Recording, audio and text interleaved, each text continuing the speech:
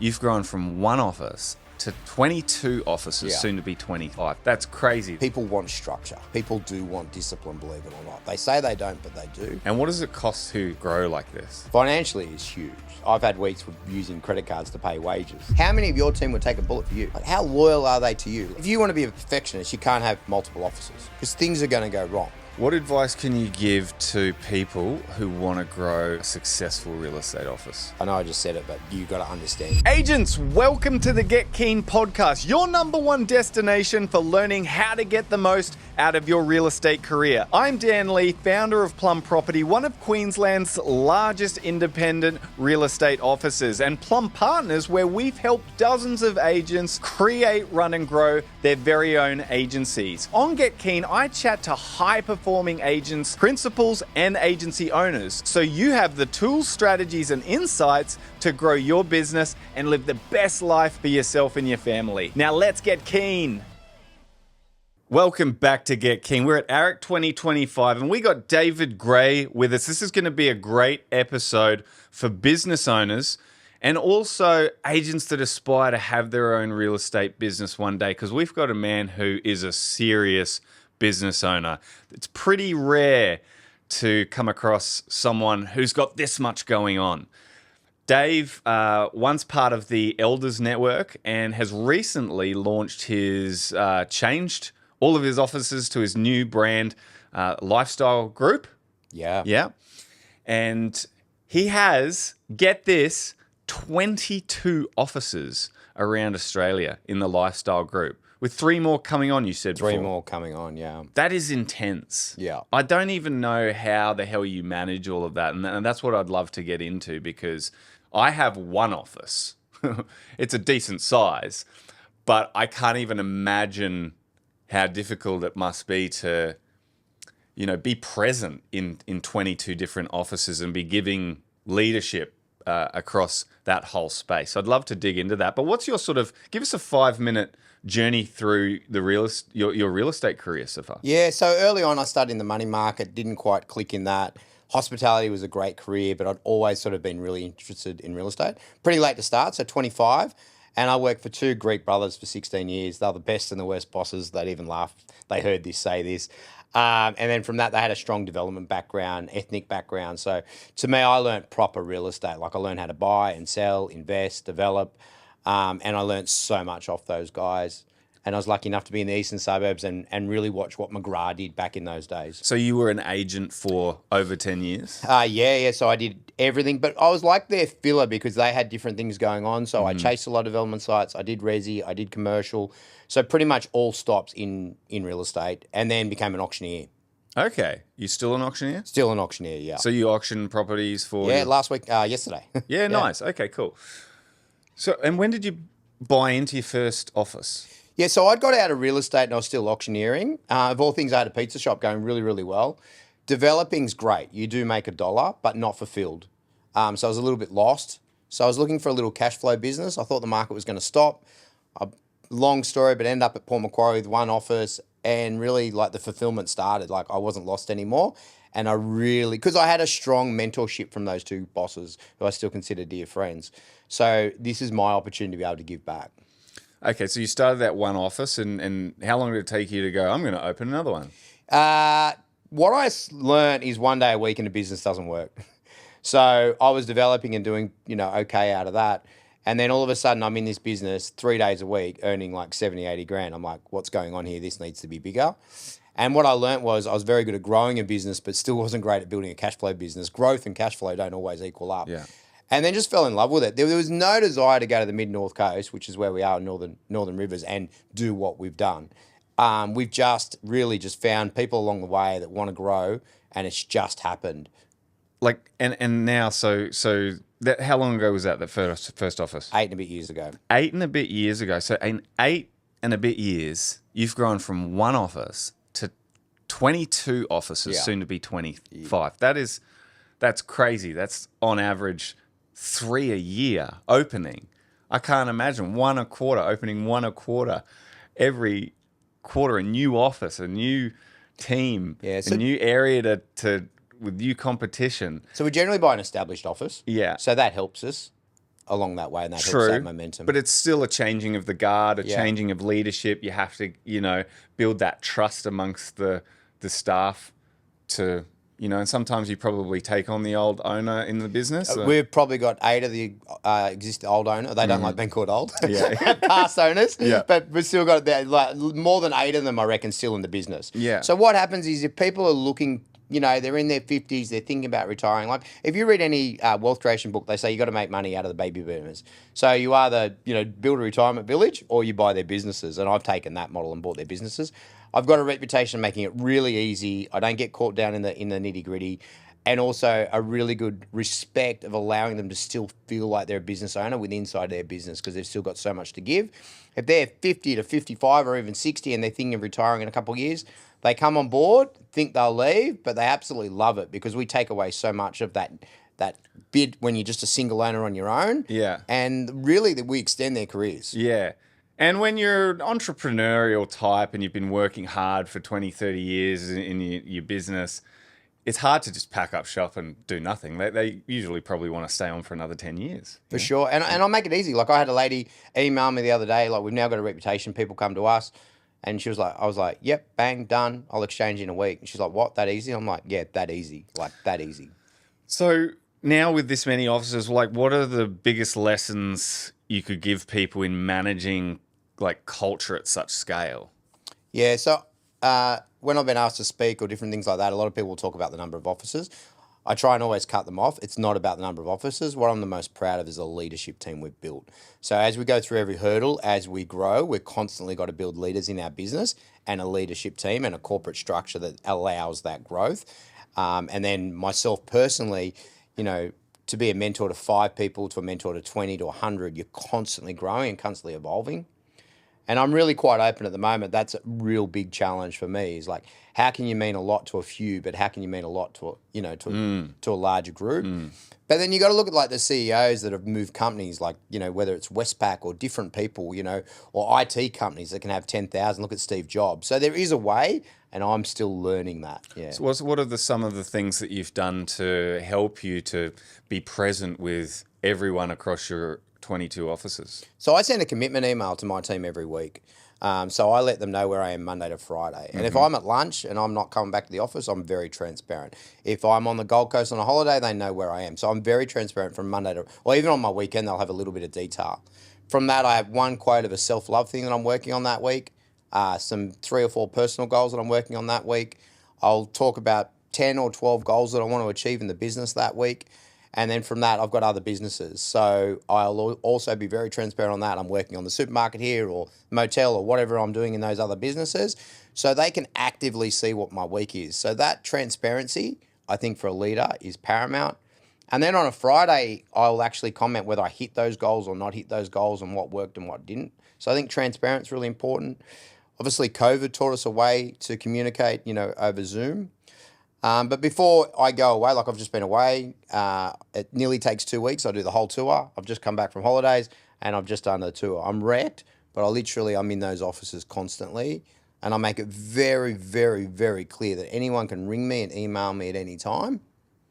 And the one thing I'm trying to take is lately, which is hard for a leader, is I'm taking that responsibility that I think I'm the one that has to be out. What I'm trying to teach them is it's their job, it's their career, it's their life. I want them to reach out and book me in. Yeah, nice. Yeah, because it does get hard when you've got so many people and you can't reach out to them all the time. It's Well, why am I looking for you or I'm looking for the problem? Like it's there, just book me in. Yeah. Like most of my mornings start at 6:30 with one of the members of my team having breakfast or training or doing some exercise. Most weekends is some level of probably catch up with some member of our team. So, work is my life. I definitely have a life outside of business, but I love the people I work with. How do you get that message across to the team? I'm sure a lot of business owners suffer with that, like their team doesn't reach out to them enough for advice or stuff because the team thinks, oh, he's too busy for me or whatever. They still don't. Like I laugh. Like I've got some really good mates. I mean, one speaking at Eric today that rings me probably more for advice than my own team. Yeah. There's always a perception that you're too busy. So I think you've got to be able to walk down the street knowing that you've done the right thing. So by me constantly saying it and getting that message across, what it stops is around the cooler, the water cooler, someone going, oh, Dave's too busy now. It's like, well, no, didn't Dave just say he's here? Oh, Dave's, well, he's bought another office. He doesn't care. But didn't Dave just reach out? Oh, so, I say like being foolproof, just making sure that you've done enough. You're always going to miss the boat somewhere. But if you keep communicate, hopefully someone else, that culture will pull them up. And you mentioned that you need to find leaders in your business to help you with this sort of sustain this level of growth. You're constantly looking for leaders in your business? What do you look for, and how do you identify them? So the first thing is humble and hungry, like totally. And the other thing is, if you're looking for a title, I'm not your business. Like if you want to be a manager, you're probably not going to become a leader inside our business. So I'm looking for a property manager or a salesperson or an admin person that just leads without a title. A title will never get you there. So I'm always looking for those people. I'm always looking for people with the right attitude. Where in regional Australia, it is hard to recruit. So often, like my group GM, I met her at a coffee shop. Within 3 minutes, I go, "You got a job?" She goes, "Doing what?" I said, "I got no idea, but you're coming to work for me." And she's like, "Doing what?" I'm like, "I don't know." And then I'm like, "What do you think?" Like admin, HR. She's like, "Oh, HR sounds good. Okay, we'll build you a role." And now she's the group GM of 22 offices. And, like we spoke yesterday just for 45 minutes, just having a chat. The relationship's amazing. So I find the people and then build a career around that. Hey guys, just quickly, if you're loving this content and you're a real estate agent that's already thinking what it might be like to have your own real estate business and brand, then check out the show notes. There'll be a link to our Plum Partners website where you can leave an inquiry and me or one of my team members will reach out. We help agents to create, run and grow their own real estate business and brand so they can earn more and set up a better future for themselves. So get keen, get in touch. Now let's get back to the episode. What are some things that culture is obviously a huge thing when you've got this many offices and this many leaders. How are some things that you, outside of your weekly email, but keeping the positive energy about your brand and everyone sort of, stoked to be working for your company, that sort of vibe? How do you... Yeah, you got to earn it every day, yeah? Yeah. Like, and culture, like... In the time of those different offices, sometimes we buy an office and we go from 0 to hero. And then others, we've been hero day one and go back to 0. So it's constantly being earned. But I love IT companies. We can learn so much from those. So I watch all the little gimmicks they do. So we give their birthday off, and that's on annual leave day. On a Friday, they can bring the dog in. That's probably stretched. A lot of other people are bringing dogs in. I think we even had a rabbit in the other day. But we're doing lots of different things. So we got... when I grew up, I wanted all the flashy things, and I wasted so much money with the cars and the things. And so we've got a lot of young people going through, and I'm like, well, how do I teach being humble and being sensible with your money if I did all those stupid things when I was younger? So we've got a lifestyle club. I've got an old Porsche, I've got a Harley, we've got speedboat, jet skis, motorbike. So they can all rent those for like $50, $60. Like not money that I'm making money out of it, but just so they respect it. I've got holiday houses that they can rent cheap. So we're giving an ideal with Lifestyle Club. We've got a camper van. Mm-hmm. So if you work for us, you've got access to all of that. I'm even thinking like, we want a lifestyle ranch where we've got our own farm and, eventually we want a, apartment in the Gold Coast that the team can all use. Okay. So we've got Lifestyle Club, which if you work for us, another thing that we've got is Lifestyle Lottery. The same people win awards all the time. Yeah. So I want a way that we reward just everyone in the business. So we come up with something every month. I think it was Easter show, obviously in April. Last month, I think it was $500 at a beauty parlour. You put your name in the entry, and all of a sudden we just roll it, and someone wins every week. Okay. So from that, we do breath work, wellness, like two things. Any little gimmick we add into the business. Yeah. But what I've really learned, where I've made a mistake, is I thought that was enough, and I thought I was a cool boss. I'm like, but I give you this, I give you that. People want structure. People do want discipline, believe it or not. They say they don't, but they do. So we're working really hard now on actually what we call build their runways out. I learned that from John Fung at Domain. So what does their runway at our business look like, and how can we extend that? That's meaning more than all the funky little gimmicks that we're doing. Yeah. Really? Okay. Yeah. So tell us a bit more about that. What are you doing? What is the runway thing, and is this some sort of program, or is it one-on-one catch-ups? Yeah, we're doing an EQ 6-month course that we're starting once a month, and then on to that, I'm doing like my own MBA with the team. We're getting in like a HR person, we're getting in person to talk about financials, a sales expert, and we're going to do that with the leadership team. I think as business owners, we've got massive drive and massive vision, and we chase it, and we chase it hard. But they're taking that journey with you. Like, they're coming with you. You know what I mean? They're coming in a battle for you. Like last Monday, I said to our leadership team, how many of your team would take a bullet for you? You know, like, how loyal are they to you? You only get that if you do more for them. You've got to serve them. Yeah. So that's a big part of our business. So it's sitting down with them and going, where do you want to go in our business? How can we get you there? How can we grow you there? But now we're also getting to the size, which I couldn't handle at first, is they're not going to be around forever anymore. Because when you're 20, people want to hang. When you're 50, people might come in and out. There's going to be some people in my business who will probably leave because maybe they don't see me as much anymore. Now, that used to hurt, but now I realize as long as I'm doing as much as I can, as long as I'm extending their runway and they leave better people, we can do that with a handshake and a hug and a kiss goodbye. And that's been a big difference to our business. Yeah, okay. You must have some pretty high performers across 22 offices. Yeah. You got some really, really good ones. Who are some of the top performers? Yeah, so we've got Greg Bates that works with us, Brendan Stead. They'll kill me if I keep talking about him, but Stewie O'Brien. We've got Darren. Yeah, So in regional Australia, no one ever used to write $1 million. Yeah. Ever. In our sort of area. I mean, there are ones, but not constantly around us. But to get in our top 5, you've got to be writing well over 100 every month now. So we've created that performance in our business. So what are the traits that you see very common amongst those 5 high performers? They outwork. Other than just working really hard, They have better relationships. more relationships, Better relationship. You can have 100 relationships, but they have better relationships. Okay. You know, and I talk about, it's not about sales, it's about the ability to lead someone. They just have the ability to lead people.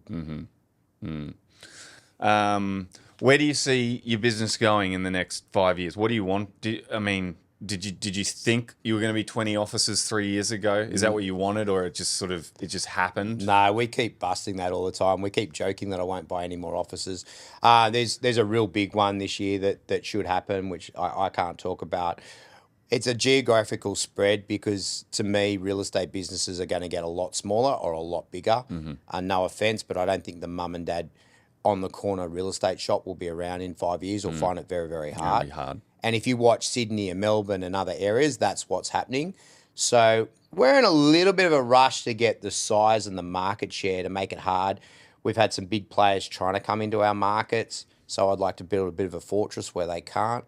But really, from Foster to just past Brunswick Heads, that's our marketplace, and we're just looking to thicken that. We're about 8,500 managements.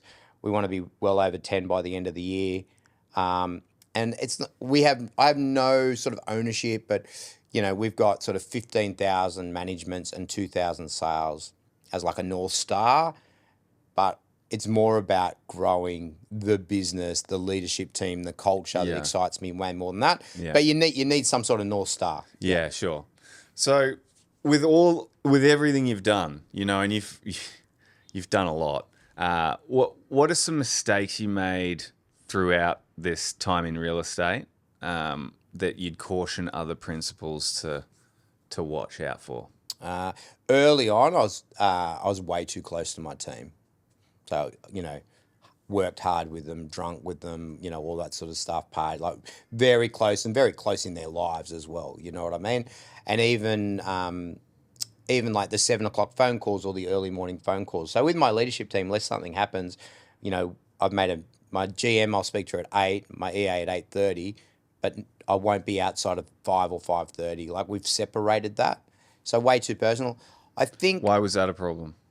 Because at some stage it's good until it's not. And then I think the world's changed. Like, I used to hang out with my old bosses like that, but I also knew that when I walked in the office, no matter what had gone on the night before, there was a gap. Now with social media and Instagram, people see it. It's a different world. I still think you can be very close and hang out. I just choose it differently now. I have some boundaries around those relationships now. One, because I can't be that to everyone. So I would say you need to have boundaries around that, and they have to understand that when we're mates, and when we're in a work environment, it's different. I think I used to lead strongly. I wouldn't say at times maybe even aggressively, thinking that's what you needed to do. I would had come from developing. Softy's strong now, so I've definitely changed that. I talk about the romance. I've made lots of ideas. It's like, oh, I'm going to buy an office here because that would be cool, or that would be fun, or I like the area, or even just some things with marketing, or even some romantic things we've done with culture. There's another side to our romantic ideas. Yeah, and also growth is freaking hard. So many offices, 3 more coming on. Why do you want to grow that much? What's the point? The team are nearly up for it. Like, we love it. The team love that growth and they want more. So, if you work in one office and say, you're in marketing, now we're in so many different markets, it makes it really interesting and really exciting. So what scares me is the day I don't want to grow because I don't know what the team would want to, how the team would actually handle it. So it's nearly like a forced hand. Yeah, right. So you've got the backing of the team behind you, which is essential. 1,000,000%. Yeah. And what does it cost to grow like this? Financially is huge. You know what I mean? Like, I've had weeks with using credit cards to pay wages, and I'm not talking that long ago. Like, growth is really, really hard. You gotta want to do it because you're constantly investing back in. So I think there will be a time where we need to take our foot off the pedal a little bit, because not only financially, emotionally, that is really, really hard. Like, we've been growing hard for 8 years, and that takes a toll on personal relationships, health, and stress. What are some things you need to be like really good at to be at the top of your game with what you do? You just, like, I have 2 coaches a week. Yeah. So literally I do 2 coaches sessions a week because. How long do they go for? Half an hour. With like different types of coaching? Yeah, different types of coaching. I'm always really scared of becoming irrelevant. Like, we've seen amazing leaders inside this industry, and at one stage, they're the bomb, and the next minute they're not. So I have a massive fear that one day I won't be relevant enough to my team. So I constantly need to evolve, and I'm constantly pulling myself apart. So one, you need to be very good at looking at yourself. And I think the next thing is big rocks. So many people waste so much time on stuff that doesn't matter. Yeah. I always say to them, where are we moving the needle? Where are we moving the needle? What's the big rock? What's the big rock? You know what I mean? Forget the 10 things. What's one thing today that's going to get you close to what you want? Yeah. And if you focus on those things, it doesn't need to be that many to move the needle hard. Yeah, yeah. Stop trying to do everything good and focus on the really essential things that you need to do, right? Yeah, and if you want to be a perfectionist, you can't have multiple offices because things are going to go wrong. Yeah. And I think if you think that your team are going to be 10 out of 10, they're not. You got to understand that a good 6 is a good 6. And your job's not to get a good 6 out of 10 to be a 9 out of 10. Your job as a leader is to get a good 6 out of 10 who's honest, they turn up, to be a 7. Or if you've got someone that's an 8, turn them into a 9. So you got to be able to look in the mirror and see where your team are at and what's the little improvement. It's the 1%ers. So many people try and hit these amazing goals or go from writing 500 to a mil. Well, write 750, mate. Yeah, yeah. And then I think as a leader, it's like, do I really need to inspire massive belief, or a lot of the time I actually need to pull people back because, like, I want to write a mil, why? Or I want to write 2, why? And then once you get to know that, then we just make little changes, and before you know it, boom. What advice can you give to people who want to grow a successful real estate office? I know I just said it, but you got to understand your why. And then you've got to realize the more you give your team, the more you'll get. I think my bugbear in this industry and other industries is a lot of ego, or it's a lot of people getting what they want and they get it for a short time, but generally you don't see legacy. Like, if you look at the book Good to Great, eventually they'll start coming backwards. If all your team are winning, you don't need to worry about your P&L. So our job as a leader is to make sure your team are winning. I hear that a lot. What's your why? I don't even really know what's my why. I just want to give life the best crack as possible and not feel like I didn't try and get the most potential out of myself and have a great time doing it. I guess that's my why. And then there's a bit, there's the financial side, but what's your why? My why is just wanting to constantly improve. I mean, I think anyone that wants massive goals, there's some level of trauma or a fuck you. Like, there's got to be something in that drives you. Yeah. So at some stage that's not healthy. It's good to get you going, but it's not healthy forever. So I think what I'm trying to learn is to try and start balancing that now. But I think you can focus on your why or what makes you feel good. I love renovating. I love see people transform. Like everything I do, I love. Like, I'm pumped to go to work. Like Monday's a good day. Like Sunday, sometimes when no one's around, that's not my favorite day of the week. Like I'm lucky. I love what I do. I've got an amazing boxing coach who's a freak and he loves life and he drinks wine and he's fit and he doesn't stress much. He doesn't worry about money and he plays tennis. He's got the most amazing life with what he likes to do. He's always like, dude, he's Yugoslav. He's like, dude, you work too much. I said, but you love boxing, all right? And I don't hassle you for loving boxing. I love my business. I love what I do. I love property. Downstairs when I was waiting for you, I was on REA looking at Broadbeach apartments. Like, I love property. So I'm just lucky that property and people is what I love and I get to do it. So, yeah, what's wrong with that? There's nothing wrong with that. That's the way to be. If you're going to be in business ownership, you really do need to love the industry you're in. What do you struggle with the most? I still feel like an imposter. I still feel less than. Like constantly, like you come to Arik, like you laughed if I had new clothes on, like what, like Arik, I have that thing, like I still feel like an imposter. I still sit there, people, and like the industry is a hard industry at different times of feeling less than. So, one of my biggest drivers inside my business is to let my team feel like they're enough. And like I am a different cat and I didn't really fit into the world. And where I've been lucky enough is to build a business where I feel at home. So if I have a breakup or some sort of personal thing that comes at me, or if I lost a family member, whatever it is, I go to work. I feel safe there. So I think, my thing is, being comfortable that I'm enough. And that's probably my struggle. What do you think your unique characteristics are about yourself that make you successful at what you do? Is that this chat now is the way I talk in my business. This chat now is the chat after 10 beers tonight. Like, no matter where you see me, I'm the same Dave. I might be wrapped a little bit different, but there's no different. Like, I'm not jealous. I want to see people do well. And I think, like we laugh a lot in business. Like I can get cranky, but we laugh a lot and we have fun. And no matter what I'm doing, I want to have a good time. So I think that's what makes, I think, you'd say what I struggle with. I think I think I'm a character and I think like we're losing those in the world where we can be a little bit different. We're so scared to be that. So I think that's my uniqueness, and I'm freaking transparent. Like there's nothing my team don't know about me or, if I've had a shock or whatever, people just laugh. Like it's just that's Dave, but he'll be there in the day. Or if you need him, he's there.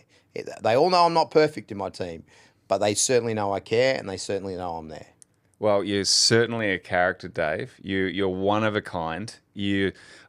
From the outside, if someone met you on the street and had a beer with you, you would not know you're a guy that owns 22 offices, have developments, have all these different things going on. You really are a unique guy, and I love it that I know you and that I've met you. You've added a lot to my life. And, mate, I really appreciate you coming on this podcast. Everyone who's listening, could someone, if they needed a piece of advice, could they reach you somewhere? I love that. Yeah. What's best via Instagram, David C. Gray. Yeah. David C. Gray, Gray. And I love giving back to this industry. I say my biggest thing leaving is that this is the industry you need to give it everything, but when you give it everything, it'll give you everything. And I don't know an industry like it, and reach out. Like so many people, like my mentors, gave me so much. And I find generally the better people are going, the more they'll give back. It's amazing how people do love it. Yeah, it's true. Cool. Mate, thanks again. Awesome. Appreciate your time, Loved brother. it, mate. Done. Thank you for tuning into the Get Keen podcast. If today's episode inspired you, please show your support with a 5-star review on Apple Podcasts and Spotify. And make sure you subscribe on your favorite platform too. Don't stop there. Join our community of forward thinkers by connecting with me on social media at Dan_Lee_Plum. I'm looking forward to exploring more strategies and insights with you on your journey to the top. Until next time, keep getting keen.